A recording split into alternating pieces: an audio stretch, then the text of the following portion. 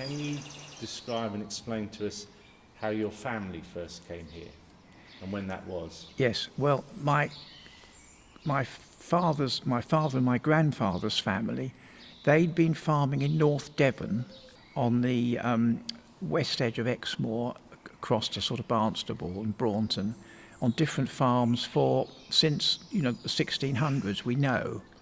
And my grandmother's family also farmed there. So, and they'd nearly always been tenants of big estates. But what happened was, in about the early 1890s, farming was in a big depression, owing to the fact that refrigerated ships had come in, so meat and stuff could be brought in from Denmark and New Zealand and places. America. And the American Civil War finished and they'd all got sorted out.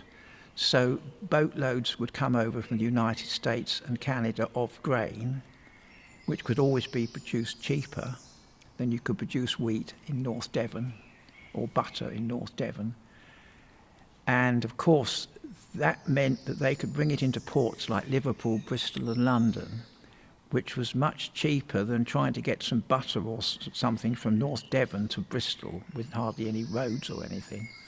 Anyway, the rent that my grandfather was paying in North Devon when he farmed near Braunton was much too high, and he said to the landlord that he would have to give up if they didn't reduce the rent. Well, they didn't reduce the rent, so he called their bluff and he moved away from North Devon, which was a very big move, with 5 little children, all very small, and went in 1893 or 4. He moved to Warwickshire between Henley and Arden and Stratford-on-Avon, and farmed there for 7 years.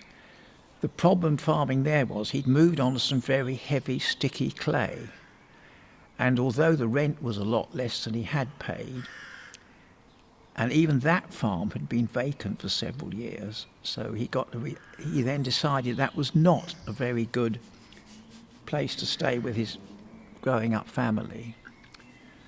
My grandmother, Jane, she had a younger brother who was living in New Zealand and he kept writing letters back saying that they ought to come out there. There's all this land, there's no landlords and all that business, and you really ought to come out. And they were discussing that as a family, but also discussing it with their neighbours. Farmers do always talk to their neighbours, or they did.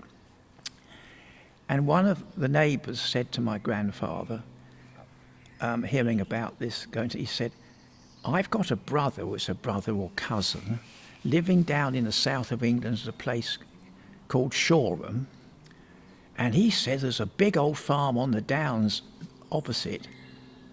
He says, a bit like New Zealand. He said they can't let it. It's been unoccupied for 18 months. It might be worth him going and have a look."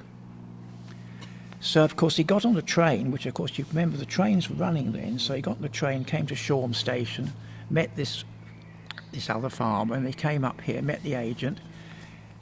And the net result was he took the farm as a tenant.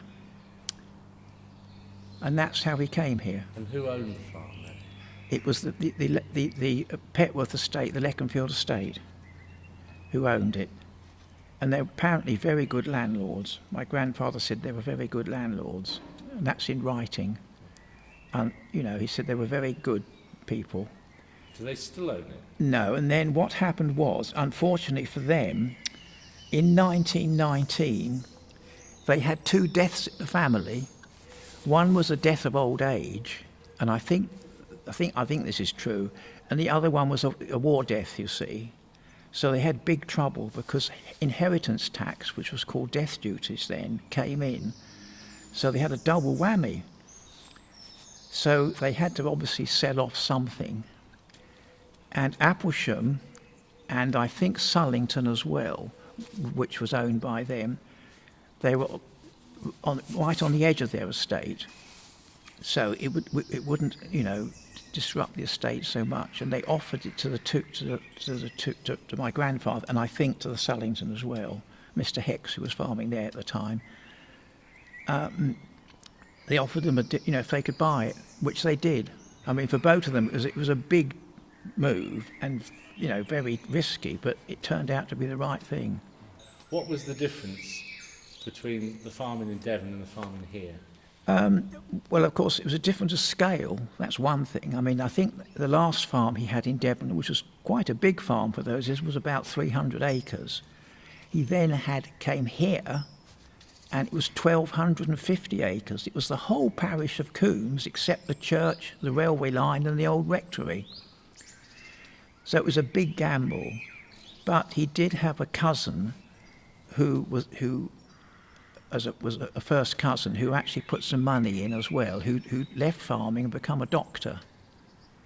It's quite interesting that a first cousin put money in to the family to help his cousin, which is, I think, quite extraordinary. But anyway, that was... Now, the difference in the farming was they both had horses.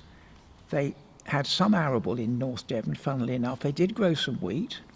They had sheep, of course, but it would be Exmoor Horns or something in Devon, but here it would be South Downs, which were completely different, but they were all animals. So he was, in a way, familiar with it up to a point, but the scale of it was completely different. And you said your grandmother came from Devon as well? Well, yes, well, her family, yes, they farmed in North Devon as well for a long time. And what was their name? Well, her maiden name was Shapland. Yes, and some families, someone in the family has worked back. They were farming for 300 or 400 years in the same area. Do those farms still exist? Most of the farms do, but there's none of those families there at all now. They're all completely gone. Didn't the Langmeads come from this country? Yeah, they came from South Devon, what they call the South Hams. Yeah, I know that, yeah. Yeah, but this was North Devon. And they moved for the same reason? They moved for the same reason, but about 20 years earlier, I think. And they moved on to the good ground at Chichester, which was a very good move for them. So isn't that interesting that it was cheaper to rent here then than Devon? Yes. And it seems to me the problem was that, looking at how Applesham has been farmed, the previous I don't know how far back you want to go, but if you go to in the 1760s, I think it was, the Petworth estate at Leconfield bought Applesham Farm from the Shelley family. Oh, yeah. And that's the poet, Yeah, the ones who lived at Mitchell Grove. That's right. Well, they sold the Leconfield estate, but obviously there were tenants here. So, a few years later, a family called, it's either Gell or Gell, Gell, took the tenancy. And there's quite a lot written up about him, actually. Arthur Young, when he did the survey of agriculture in Sussex about 1790 something, or he wrote up about this Mr. Gell. He farmed here and his son until about 1830 something, when they packed up farming. And I've always been intrigued to know why they packed up. Well, one thing was there was another agricultural depression, and it was the time of a lot of riots, wasn't it, and things, riots. And burning hay ricks and things. Well, we're not quite sure exactly what happened, but as always, I'm very fortunate having lived here for a long time, because we get people come from Australia, New Zealand and places and say, my great-great-grandmother or grandfather or something lived at somewhere called Applesham or Coombs, and we had a Miss Gell turn up, and we've had some others since. And I asked them this question.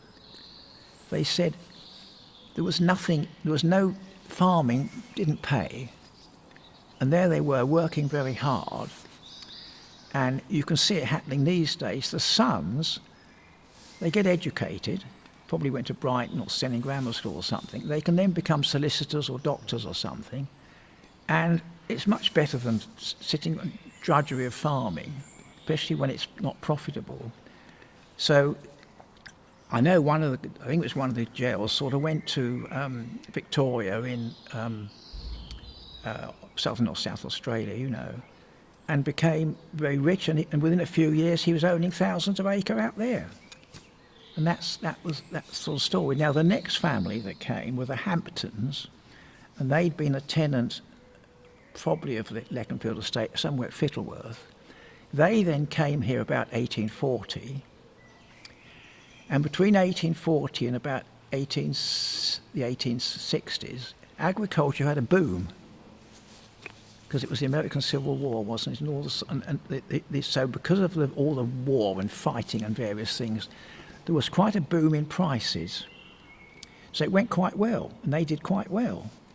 But the late 1870s, if you look up historically, there was a very dry summer, there was a very wet winter, and some awful weather. And I think if you look back, but you'll have to look this up, I think you'll find there was a big volcano or something, or earthquake or something. And the atmosphere got all that. And so there were some rotten summers. So rotten summers and rotten prices came together. And so the Hamptons packed up. It was a very sad story, actually. And there again, the sons were in Brighton or somewhere, you know, or did different things. Some of those are in New Zealand. The descendants are in New Zealand. One of them's is in Western Australia farming, you know, great something or other. And so there you are. And then, this is interesting, Applesham they couldn't find a tenant in about 1889 and 90. So so what happened was, the estate spent a lot of money. They built 3 cottages, knocked down about a third of the farmhouse and rebuilt it. And as you can see here, that tile bit, that was rebuilt in 1890. They then had it in hand for 2 years. In hand. Or they modified the buildings so that the farmer that came in could milk dairy cows, which was the latest thing, because Brighton and Worthing were growing. You could send milk by train to London. You could certainly send it on the train into Brighton. So it became more profitable to milk cows than grow grain. And mechanical milking was coming in then, wasn't it? No, it hadn't quite come in then. We'll come to that in a minute. But this was 1890. So anyway, about 1890, certainly by the 1891 census, a farmer called White had moved up here from Wiltshire and Dorset and milked a lot of cows. And the interesting thing is, he brought a lot of staff with him. He brought a shepherd and about 6 people to milk cows, because the people up here hadn't been milking cows. He would probably be milking 50 or 60 cows, whereas previously they'd probably milked 10. That was the thing. For years and years, Applesham had 10 cows, you know, and you milked them in the morning, and that was probably, you drunk most of it anyway. So anyway, so this Mr. White came up, and he was here for 7 years, and he lost all his money and he cleared off. I don't know whether he went bust, but he certainly packed up. Then the estate had it empty for another 18 months. And that was when my grandfather came. I think it's important to people to realise this. They say, well, of this Applesham, it's a lovely farm, twice in a century, well, twice within 20, it could not be let. If you go on, So I think this is just so interesting to realise to people that they say, oh, you think that farming's always been the same and gone on the same. It hasn't. The people working on the farm, a lot of them were the same. They carried on, some of them. If you go onto our website, our South Downs Generations website, last week we put something on there about beggars on the South Downs. And I've got a quote there from Richard Jefferies, you know, the naturalist. Yes. Writing about 1883, saying Yeah. that if you go to South Downs villages, you'll find dozens of labourers hanging around because they've got no work. Well, that was the really bad time, you see. That was That's that the bad time time. you were That was talking the of. first time, yeah.